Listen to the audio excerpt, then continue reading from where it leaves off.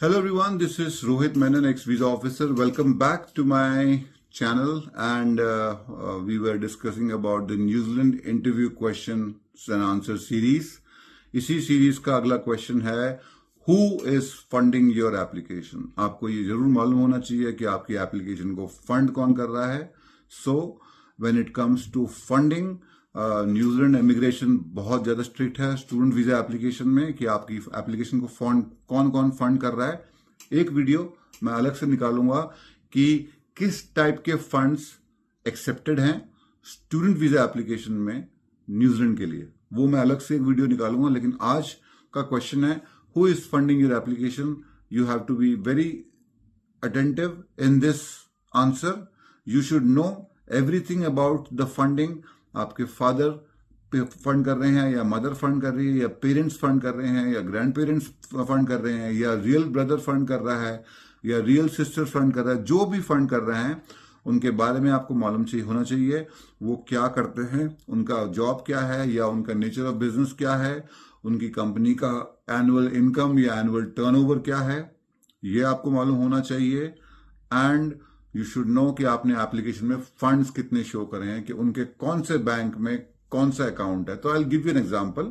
Let's say if my parents are funding me, I will say that my parents are funding for my New Zealand student visa application.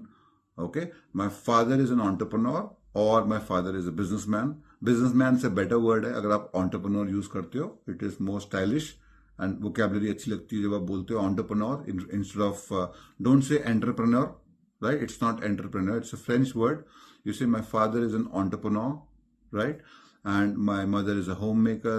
Or if your mother is also working, you can say that she's working with this company and her designation is this.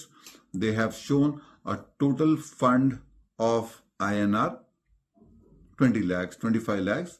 Bifurcation है तो bifurcation भी बतानी है कि Canara bank में 5 लाख है, education loan है 10 लाख का, एफडी है 5 लाख की. तो कौन सी बैंक में कितने पैसे हैं, कौन सी एफडी कौन से बैंक की कितने की है, कितनी पुरानी है, एंड एजुकेशन लोन है कौन से बैंक से लिया है, किस बेसिस में लिया है, क्या कोई कोलैटरल सिक्योरिटी है, अगेंस्ट प्रॉपर्टी है, अगेंस्ट एफडी है. कोई भी फंड हो सिवाय एजुकेशन लोन के, any fund that you show in New Zealand for your student visa application should be more than 6 months old, right? अगर आप गोल्ड लोन भी ले रहे हो तो इनकी इमिग्रेशन की वेबसाइट में लिखा हुआ है बड़ी क्लियरली कि गोल्ड लोन वैसे तो ये लोग एक्सेप्ट नहीं करते, लेकिन अगर गोल्ड लोन आपने लिया है और उस पैसे को 6 महीने तक अपने अकाउंट में हेल्ड किया हुआ है, रखा हुआ है, तो वो भी चल जाएगा. दे मे एक्सेप्ट इट, राइट. सो जो भी आप फंड दिखा रहे हो 6 months ओल्ड हो, अपने आंसर में बोलो that my father has a savings bank account in axis bank for example, which is for 15 lakh rupees, and this 15 lakh rupees is lying in my father's account from last 6 months, which meets the immigration New Zealand's requirement. ये सब चीजें जो मैं आपको बता रहा हूं ना इंटरव्यू में गाइस, ये सारी चीजें जो हैं इंपॉर्टेंट टर्म्स हैं, इमिग्रेशन टर्म्स हैं. इनको अगर आप यूज करोगे तो आपके चांसेस बहुत हाई हैं. मैं अभी भी ये नहीं कहूंगा कि 100% आपको वीजा मिलेगा, क्योंकि आप कैसे परफॉर्म कर रहे हो, कैसे बोल रहे हो, फंबल कर रहे हो, स्टैमर कर रहे हो, दैट आई डोंट नो. लेकिन हाँ, मॉक प्रैक्टिस आप मुझसे कर सकते हो. If you want to do a mock practice I can give you an idea कि आप अच्छा परफॉर्म कर रहे हो या नहीं. लेकिन अगर आप परफॉर्मेंस नहीं कर रहे हो ठीक से तो वीजा के चांसेस ज्यादा नहीं होंगे. बट ये इमिग्रेशन टर्म्स जो हम यूज कर रहे हैं, अगर आप इनको बोलोगे, there is a very high chance of you getting approval on your visa. Use these terms. बताओ कि भैया आपका पॉलिसी है 6 महीना पुराना, मेरे पास फंड्स हैं 6 महीने पुराने. आपका पॉलिसी है लोन एक्सेप्टेबल है, मेरा लोन एक्सेप्टेबल है अगेंस्ट एफडी. एफडी पुरानी होनी चाहिए 6 महीने, ये ध्यान रखना, ठीक है. अगर आपका पॉलिसी है कि गोल्ड लोन एक्सेप्टेड है, लेकिन 6 महीना वो बैंक में होना चाहिए लोन लेने के बाद. ये नहीं कि आपने कल गोल्ड लोन लिया, आज डिसबर्स कराया, वो नहीं चलेगा. गोल्ड लोन लेने के बाद अकाउंट में पैसे आ जाते हैं जब आपको उस गोल्ड लोन के, वो पैसे 6 महीने तक पड़े होने चाहिए, तो वो एक्सेप्टेबल है एज पर द लॉ. ये चीज आप बोलो. इफ यू से this, you will get a good chance of getting an approval.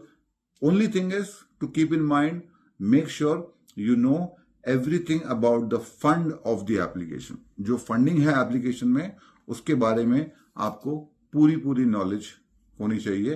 किसके पास है, किसके अकाउंट में कितने रुपए हैं, जो स्पॉन्सर कर रहा है, father, mother, grandfather, grand parents, दोनों साइड्स के, मॉम डैड दोनों साइड्स के ग्रैंड पेरेंट्स, नाना नानी एंड दादा दादी, रियल ब्रदर, रियल सिस्टर, जो भी प्रूव कर रहा है, जो भी फंडिंग कर रहा है, उसके आपके पास जो है नॉलेज होनी चाहिए कि वो क्या करते हैं, इनकम कितनी है.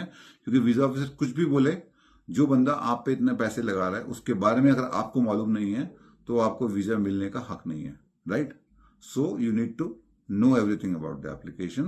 With this answer is also done for the question, who is funding you for the application. Like I always say, keep liking my videos, share my videos to others so that everyone can benefit from it, and subscribe to my channel so that more and more people know about this and helps them in their application.